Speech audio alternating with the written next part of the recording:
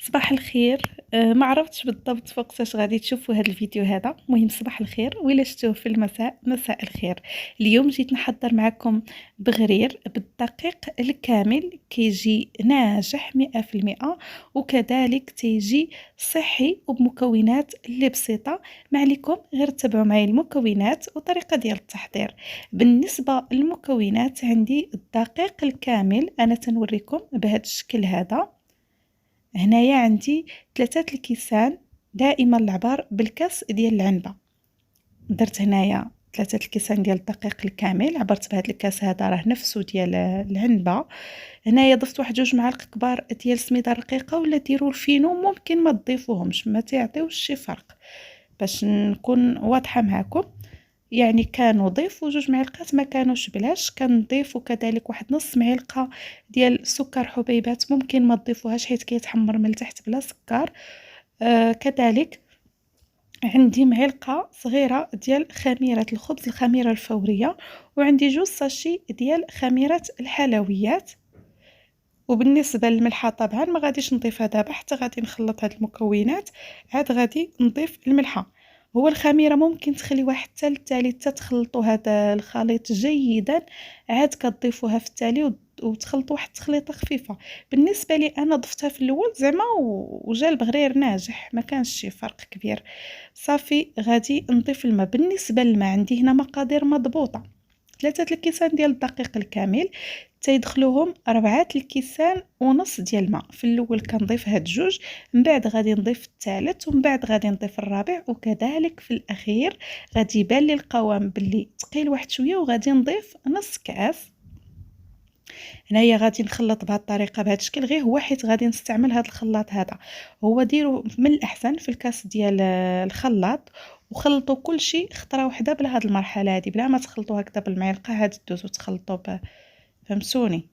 المهم غادي نخلط بهذا الشكل هذا، غادي نضيف الملحه، وغادي ندوز باش نخلط بالخلاط الكهربائي. يتخلط هذا الخليط مزيان مزيان حتى تنسجم العناصر جيدا. هو راه قد ما تيتخلط قد ما كيزيد يخفاف. هذا البغرير والله صحي اكثر، ما تيضرش. وكيجي لذيذ، تجي فيه واحد البنه دي سبحان الله العظيم ديال الدقيق الكامل. هنايا كنخلطها، نتوما كتشوفوا العناصر بدات كتنسجم مع بعضها. غادي نبدا نضيف الكأس الاخر. المهم 3 الكيسان ديال الدقيق الكامل تيتخلطوا ب4 الكيسان ونص ديال الماء. صافي وغادي نخلي كل شيء ينسجم. كيف قلت لكم قد ما تنحرك قد ما تزيد اخفاف الخليط وينسجم مع بعضه. وكيف قلت لكم كذلك ممكن ديروا الخلاط الكهربائي العادي، ديروا هكذا في الكاس وطحنوا كل شيء دفعه واحده. غادي نبدا نستمر في الخلط حتى غادي نحصل على واحد الفقاعات بهذا الشكل هذا. ضروري خصكم تحصلوا على هاد الفقاعات هادو، هذا دليل على ان الخليط انسجم مع بعضه جيدا. قوام بهذا الشكل هذا، ما تيكونش ثقيل بزاف وكذلك ما تيكونش خفيف عاوتاني بزاف. هنايا غادي نوري لكم زعما باللي راه نص كاس اللي ضفت، يعني 4 الكيسان ونص مع 3 الكيسان ديال الدقيق الكامل. هنا غادي نغطي بواحد البلاستيك غذائي تقريبا واحد 5 دقائق 6 دقائق. صافي وغادي ندوز نطيبو عادي مقيله.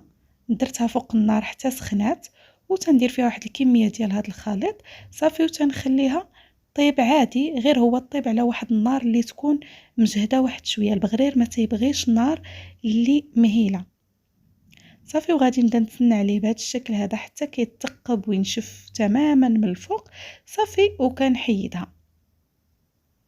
بغرير ناجح 100%. حتى بالنسبه للمبتدئات اللي ما تينجحش معهم البغرير، بهذه الطريقه هذه غادي ينجح معكم انا متاكده.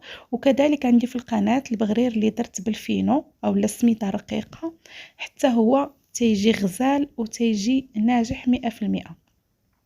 هنايا من بعد ما حيدت هذيك البغريره شللت المقله بواحد شويه ديال الماء حتى بردات، مسحتها بواحد المنيدل وحطيتها فوق البوطه ودرت فيها واحد الكميه ديال هذا الخليط، وكنتسنى عليه هو كذلك او لا هي كذلك تخرج بهذا الشكل هذا ولا تثقب كل واحد شنو تيقول لها. صافي وكنحيدها، كنعاود نشلل المقله مره اخرى، تنمسحها بواحد المنيدل وتندير البغريره الاخرى. صافي كنستمر بهذا الشكل هذا حتى كنسالي كاع الكميه اللي عندي. غير هو في حاله البغرير غفلتوا عليه حتى هذاك الخليط تخمر لكم، قبل ما تبداو طيبوه تطحنوه مزيان مزيان في الخلاط الكهربائي، عاد كتبداو طيبوه. هذه في حاله غفلتوا عليه التخمر، حيت هو راه ما تي انا ما كنخليهش يخمر نهائيا، كنخليه غير يرتاح على ما ينوجد المقله وتسخن صافي وتندوز نطيبو نيشان. غير هو الا غفلتوا عليه وخمر طحنوه مزيان عاد بداو طيبوا. صافي غنستمر بهذا الشكل حتى غنسالي كاع الكميه اللي عندي. بالنسبه للناس اللي مشتركين معايا في القناه كنقول لكم شكرا ونتمنى نكون عند حسن ظنكم، والناس اللي مازال ما اشتركوش ما تنسوش الاشتراك في القناه وتفعيل خاصيه الجرس باش يوصلكم كل جديد، وكذلك بارطاجيو الفيديو مع الاهل والاحباب، وما تنسونيش بلي لايك ولي كومونتير. هانتوما كتشوفوا البغريره كيفاش جات خفيفه، جات مثقبه، يستحق التجربه وصحي كذلك. هذا هو الشكل النهائي ديال البغرير ديالنا. رافقوه معايا ما بغيتو، اهم شيء انه ناجح. نتمنى وصفه اليوم تنال اعجابكم، وغادي نشارك معكم وصفات اخرى ان شاء الله باذن الله. ولهنا كنوصل لنهايه الفيديو. السلام عليكم احبتي، فيديو جديد ان شاء الله، الى اللقاء.